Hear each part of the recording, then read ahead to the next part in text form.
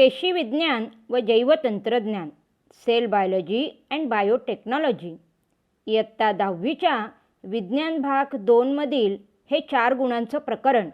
या प्रकरणाचा हा भाग पहिला. इयत्ता 9वी मध्ये आपण वनस्पती पेशींचा अभ्यास केला.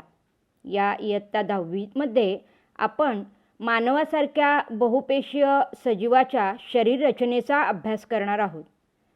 मानवासारख्या बहुपेशीय सजीवामध्ये गुंतागुंतीची अशी पेशी रचना आढळून येते.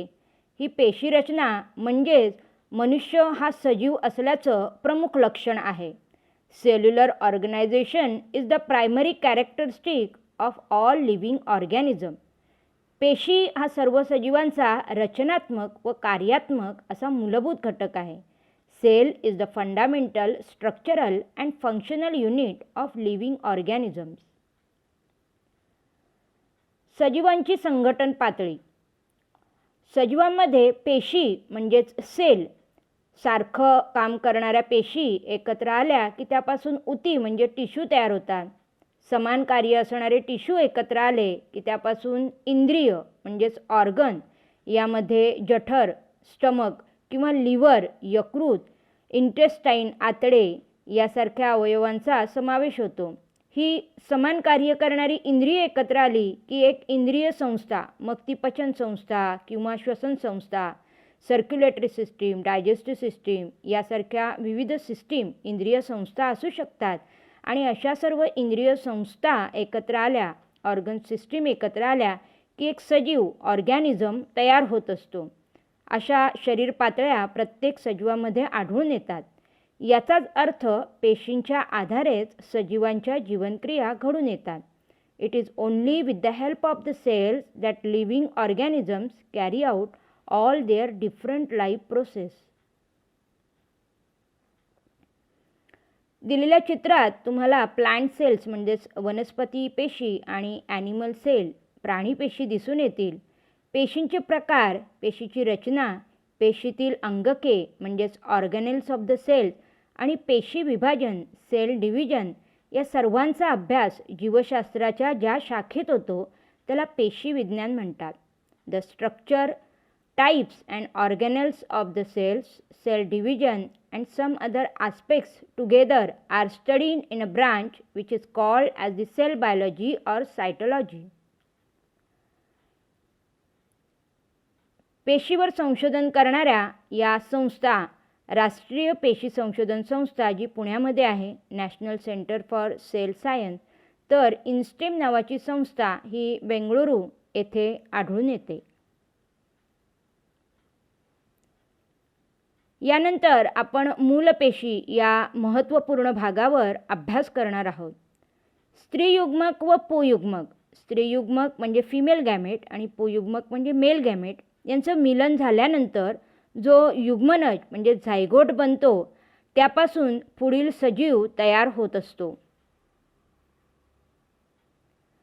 वाढीच्या अगदी सुरुवातीच्या काळात प्रत्येक सजीव हा पेशींचा एक गोळा असतो आणि त्यातील सर्व पेशी जवळपास सारख्याच असतात.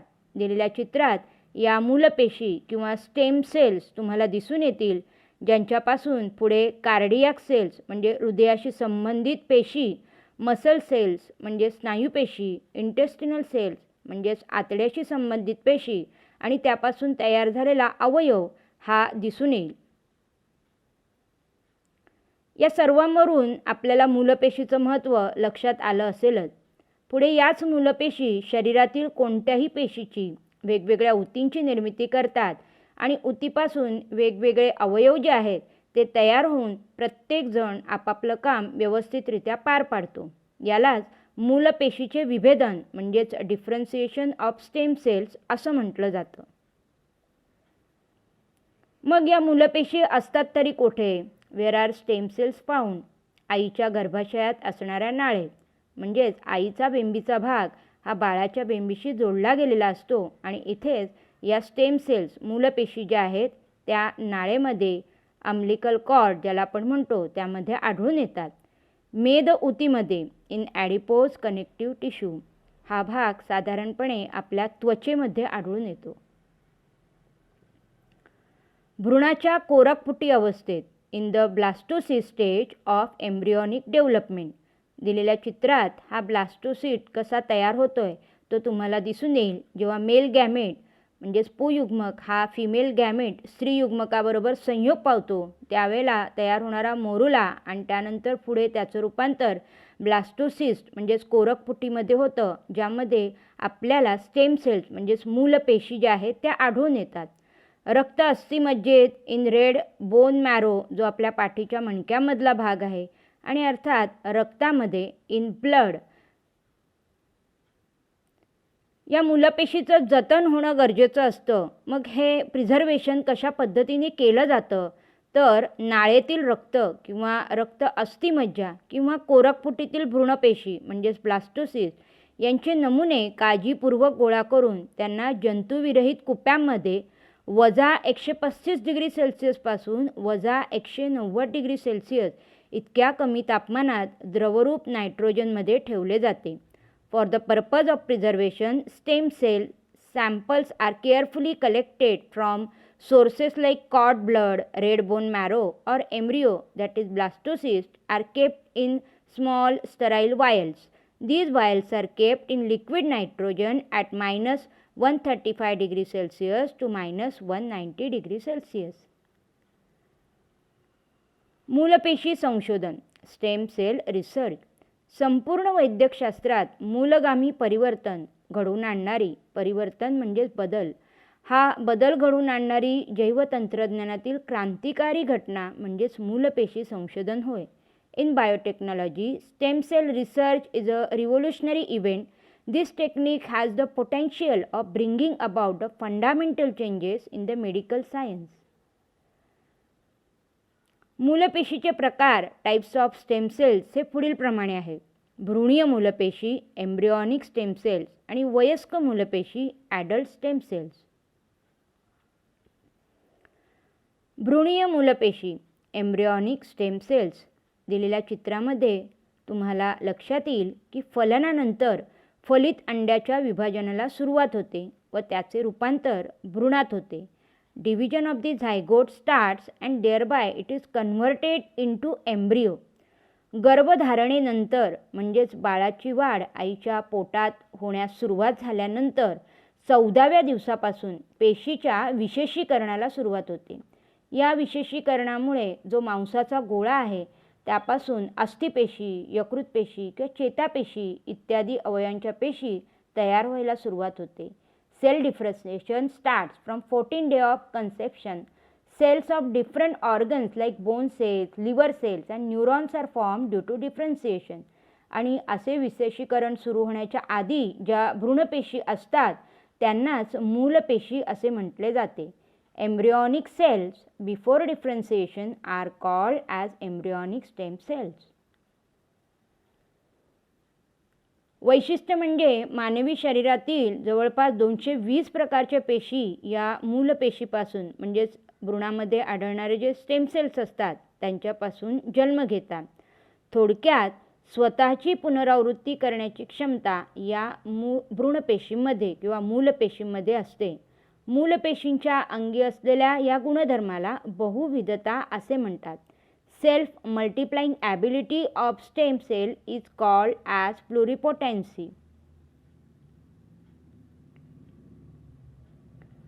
चौदाव्या दिवसापासून पेशीच्या विशेषीकरणाला सुरुवात होण्याआधी म्हणजे साधारणपणे 5व्या किंवा 7व्या 5 ते 7व्या दिवशी जर या मूलपेशी काढून प्रयोगशाळेत वाढवल्या आणि त्यांना योग्य असे जैव रासायनिक संकेत आपण देऊ शकलो तर आपल्याला इच्छित जे आवश्यक आहेत अशा पेशीमध्ये त्यापासून ऊतीमध्ये आणि अर्थातच ऊतींपासून अवयवामध्ये या मूलपेशीचं रूपांतर होऊ शकतं.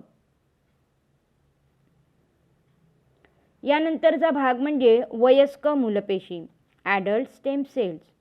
वयस्क किंवा विकसित व्यक्तीच्या शरीरातूनही मूलपेशी मिळवता येतात. वयस्क व्यक्तीच्या शरीरातून मूलपेशी मिळवण्यासाठी अस्थिमज्जा, मेदऊती ज्या त्वचेमध्ये स्किनमध्ये असतात आणि रक्त तसेच जन्मानंतर लगेचच नाळेमधील रक्तातून सुद्धा मूलपेशी मिळवल्या जातात. Stem cells can be obtain from red bone marrow adipose connective tissue and blood from the body of adult person. Besides, stem cells can be obtained from cord blood immediate after birth. मूलपेशीचे उपयोग, uses of stem cells.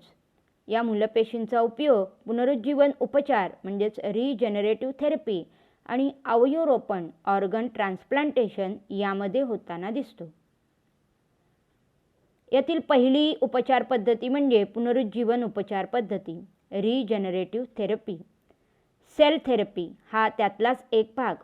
मधुमेह, ज्यामध्ये स्वादुपिंडातील insulin नावाचं रक्तातील साखरेवर नियंत्रण ठेवणारं एक संप्रेरक hormone जे आहे ते त्याचं प्रमाण जे आहे त्या प्रमाणामुळे रक्तातील साखरेवर नियंत्रण ठेवलं जात नाही. हृदयविकाराचा झटका, ज्यामध्ये हृदयाला रक्तपुरवठा करणाऱ्या ज्या रक्तवाहिन्या आहेत त्यामध्ये ब्लॉकेज तयार होतात आणि मग हृदयापर्यंत रक्त पोचू शकत नाही, त्यामुळे हृदयाचा झटका येऊ शकतो.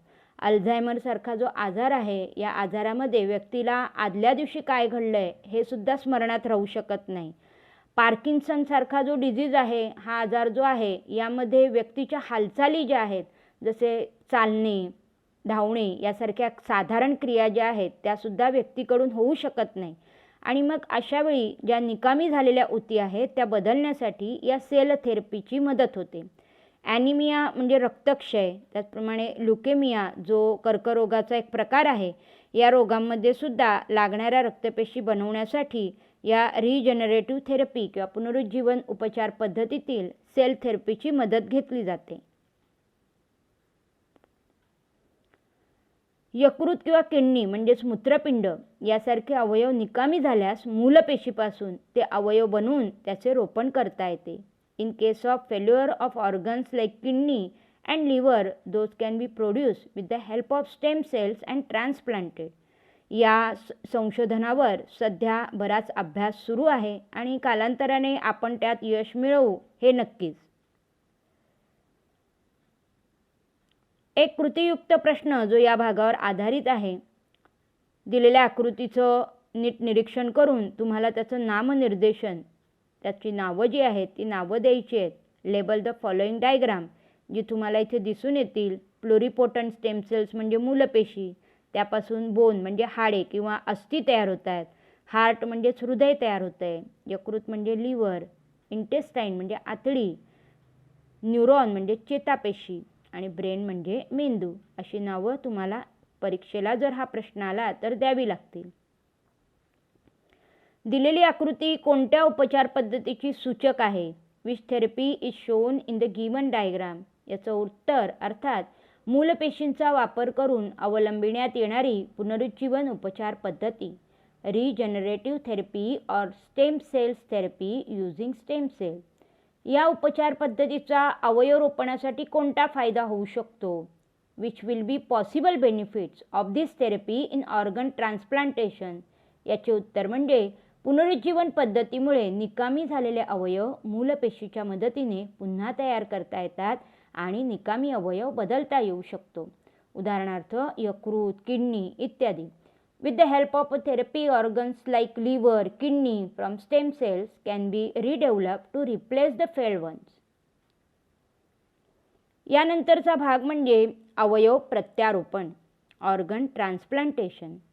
आपल्याला माहीतच आहे की जसं मानवाचं शरीर वाढत्या वयानुसार आपल्याला अनेक आजारांना सामना करावा लागतो किंवा कधीकधी अपघात किंवा रोग, आजार इत्यादी कारणामुळे सुद्धा एकतर निकामी होतात हे अवयव किंवा त्या अवयवांची कार्यक्षमता कमी होते.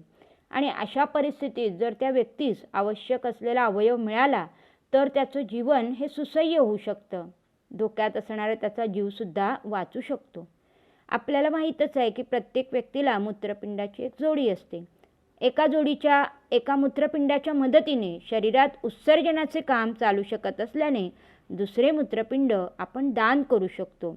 Each person has a pair of kidneys. As the process of excretion can occur with the help of a single kidney, person can donate another one.